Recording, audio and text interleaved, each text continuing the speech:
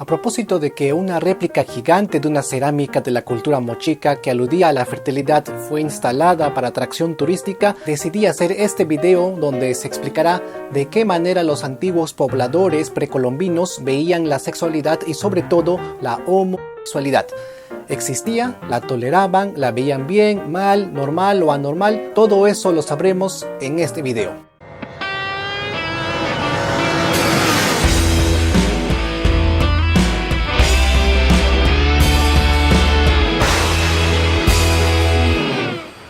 Ya falta poco para que me quiten este yeso, por fin. Muy buenas, amantes de la cultura.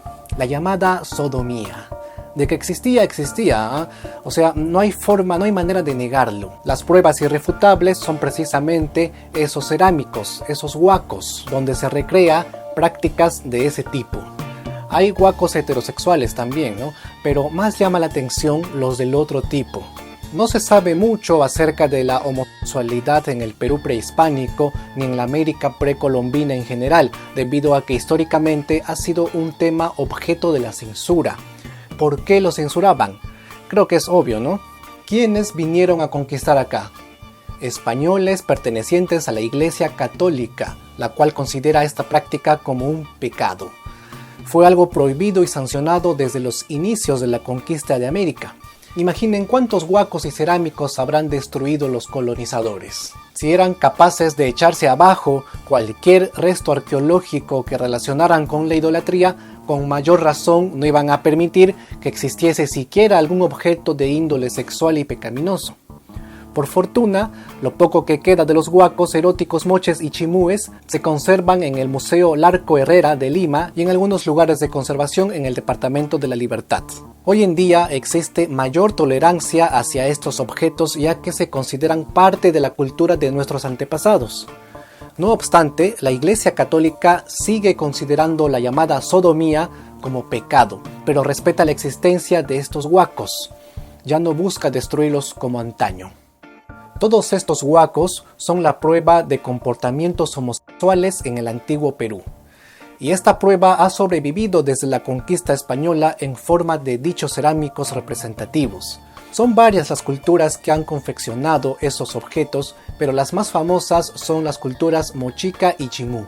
Los moches fueron los primeros en fabricar tales huacos entre los siglos I al siglo VII después de Cristo. Al respecto, hay un libro en inglés escrito por un reconocido ceramista estadounidense de nombre Paul Matthew. Se titula Sex Pots, erotismo en cerámicos. En dicho libro, publicado en 2003, se habla sobre las corrientes de cerámica erótica existentes en el mundo y se hace hincapié en que los huacos moches son la principal influencia de dichas corrientes artísticas a nivel mundial. Según el autor, ciertos huacos representan personas realizando el coito lésbico y el coito anal masculino gay. En la época del virreinato, el virrey Francisco de Toledo mandó destruir gran parte de estos restos arqueológicos. Lo hizo como parte de la política religiosa de la eliminación de la sodomía, la autocomplacencia sexual y el servinacui. ¿Saben lo que es el servinacui, no? Es un concubinato que se realizaba en época de los incas. Es decir, es la convivencia entre dos futuros esposos. Por lo tanto, podían tener relaciones premaritales. Esto era permitido durante el Tahuantinsuyo. Pero cuando llegaron los españoles, no podían concebir la existencia de tal cosa. La fornicación es un pecado grave para el catolicismo. Por eso era lógico que uno de los virreyes se esmere en tratar de eliminar estas prácticas, y una forma de no alentarlas era destruyendo aquellas cerámicas donde se veían representadas. Existe un libro muy bueno escrito por el historiador peruano Máximo Terrazos Contreras. Se titula La sexualidad en el antiguo Perú, publicado hace ya 40 años. En uno de sus pasajes, el autor narra que en épocas virreinales no se podía ni siquiera mencionar esos huacos, no podías hablar de ellos. Era pecado y estricto tabú. Los pocos cerámicos que no habían sido destruidos los mantenían alejados del público, en secreto. Nadie podía ni debía verlos, estaba prohibido. El Estado del Virreinato se encargaba de hacer cumplir eso. Pero ahora, en nuestros tiempos, un municipio peruano ha permitido por primera vez en la historia que se vea públicamente un huaco erótico moche. Bueno, una réplica gigante. Ante esto, los sectores más conservadores del Perú se han opuesto a tal exhibición, como si las normas de censura virreinales estuvieran aún vigentes. Para ese sector de peruanos, estos cerámicos deberían seguir siendo un tabú como en tiempos coloniales, mientras que para otros peruanos esto no afecta en lo absoluto, sino todo lo contrario, revalora la cultura peruana. Hablemos ahora del Imperio Incaico. ¿Cómo era la cuestión aquí? Se dice que el Inca Yoque Yupanqui castigaba con grandísima severidad los delitos, entre ellos la sodomía. Lo consideraba un pecado. ¿Cómo castigaba este Inca? A los pecadores los mandaba a desorejar, desnarigar y ahorcar. Y si los imputados eran de la nobleza, les cortaba el cuello. Pero ¿cómo se sabe todo esto? Simplemente se menciona en las crónicas del fraile Martín de Murúa y también en el libro titulado Actitudes homofóbicas entre los indígenas del Nuevo Mundo, libro que se publicó en 2015 por la Universidad Bernardo O'Higgins de Chile. ¿Y de verdad ese Inca hacía eso? No se sabe. Lo único que se sabe es que Martín de Murúa lo dijo primero en su libro Historia General del Perú. Murúa nunca fue testigo porque no vivió en la época de Yoque Yupanqui, pero por tradición oral llegó a saberlo. El Inca Garcilaso de la Vega también habla del tema en su obra Los Comentarios Reales de los Incas. ¿Qué dice Garcilaso? Dice que la homosexualidad en el Imperio Incaico estaba prohibida. Aquí ya vemos algo mucho más concreto. Los incas permitían el concubinato y las relaciones premaritales, pero no toleraban la sodomía. La consideraban pecado sin que todavía lleguen los españoles a comunicarles la misma creencia. Los incas por sí solos ya lo veían como algo malo. A los afeminados los llamaban en quechua huarminchu. ¿Y saben una cosa? El castigo para ellos era la hoguera. Los quemaban vivos. Y no solo eso, quemaban sus casas también. Pero ojo, solo hacían esto con los hombres. A las lesbianas les tenían consideración.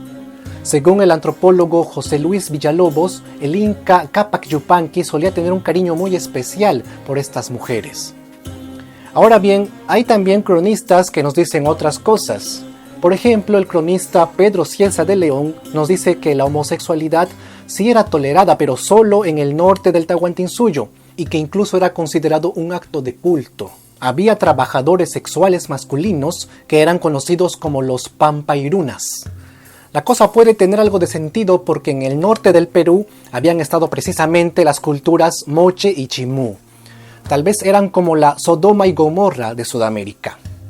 Otro dato no menor que nos trae Cieza de León es que en los oráculos o templos de adoración del incanato solía haber niños a quienes se usaba a manera de sacrificio para practicar con ellos el delito de sodomía. Dense cuenta que aquí ya estamos hablando de algo que hoy en día es un crimen. Cuando llegaron los españoles, condenaron todas estas prácticas, comenzando por el concubinato y las relaciones premaritales. Según el historiador Máximo Terrazos Contreras, la fornicación y el adulterio eran castigados con 100 latigazos. Luego, con la llegada de la Inquisición, los homosexuales podían ser sometidos a la hoguera. Nótese que los incas ya hacían esto antes, pero no con las mujeres, sino solo con los hombres. Eso es todo, amigos, es todo lo que se sabe por las crónicas y estudios que se han hecho, pero lógicamente que aún hay más por recorrer en este tema. Si este video te pareció informativo, regálame un me gusta y compártelo. Cuéntame en los comentarios por qué crees que los incas toleraban a las mujeres lesbianas y no a los hombres gays. ¿Cómo es posible esta desigualdad? Algún motivo tiene que haber. Y por otro lado, ¿por qué los incas consideraban pecado esa práctica? ¿No se supone que esa información nos la trajeron los españoles con el catolicismo? Cuéntame en los comentarios.